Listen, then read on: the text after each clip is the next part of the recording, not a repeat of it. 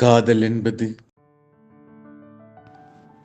காதல் என்பது கையளவு இதயம் தன் வசமானால் இப்பிரபஞ்சம் ஒரு புள்ளியாகவும், கைகூடவில்லை என்றால் இப்பிரபஞ்சத்தில் நாம் ஒரு புள்ளியாகவும் நினைக்க வைக்கும். காதல் என்பது பல பாடங்களில் தேறிய மாணவர்களை காதல் பாடத்தில் தோல்வியுறச் செய்யும்.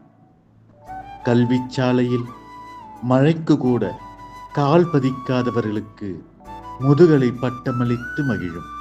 காதல் என்பது கண்ணுக்கு தெரியாத மாயம் காயங்கள் செய்வதும், கண்ணுக்கு தெரிந்த காயங்கள் மாயமாகி போவதும், விழிகள் உருட்டும் தாயத்தில் இடமாறி போகும் இதயங்கள்.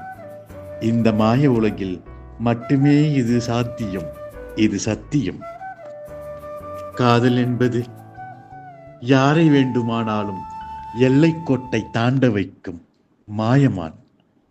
இந்த பரமபத விளையாட்டில் நம்மை மேலே ஏற்றும் ஏணிகளும் கீழே இறக்கும் பாம்புகளும் தவிர்க்க முடியாதவை. காதல் என்பது காதலில் விழுந்து விட்டால் இப்பிறவி பயன் அடைந்தது போலவும், இல்லையெனில் இப்பிறவி எடுத்து என்ன பயன் என யோசிக்க வைக்கும்.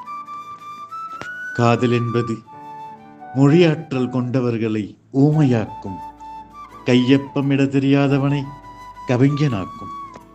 காதல் என்பது காதலிக்கும் நேரங்களில் மனித உடலில் இதயத்தை தவிர வேறெந்த பாகமும் இல்லாதது போலவும், காதலில் தோல்வியுற்றால் உடலில் இதயத்தை தவிர மற்ற பாகங்கள் மட்டும் இயங்குவதாக புலம்ப வைக்கும்.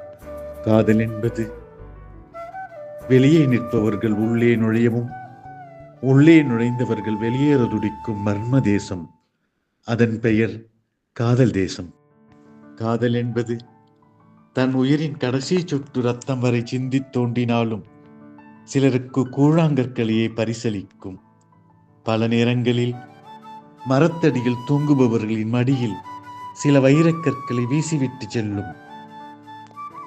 காதல் என்பது தன் தலையணைக்கு மட்டும் தெரியும் ரகசியங்கள், ஒரு கைக்குட்டைக்குள் அடங்கிவிடும் கண்ணீர் கடல்கள்.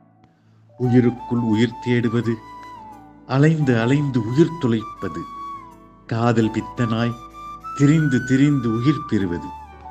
காதல் வாழ்க்கையில் நினைத்ததெல்லாம் நடந்துவிட்டால் சொர்க்கலோகத்தின் பிரஜை நீங்கள், இல்லை என்றால் நரகலோகத்தின் வாரிசுதாரர் நீங்கள்.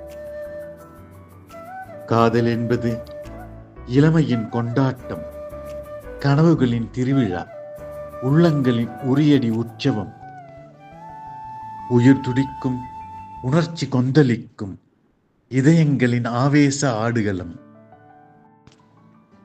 வெற்றி தோல்வி இங்குண்டு, பரிசும் பரிகாசமும் பங்கேற்பவர்களுக்கு பகிர்ந்தளிக்கப்படும்.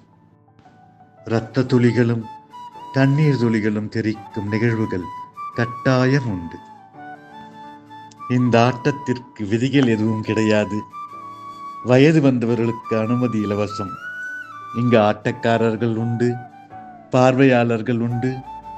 பெரும்பாலும் பார்த்து ரசிக்கும் பார்வையாளர்களே பாக்கியவான்கள். அன்புடன் ராஜகுமாரன்.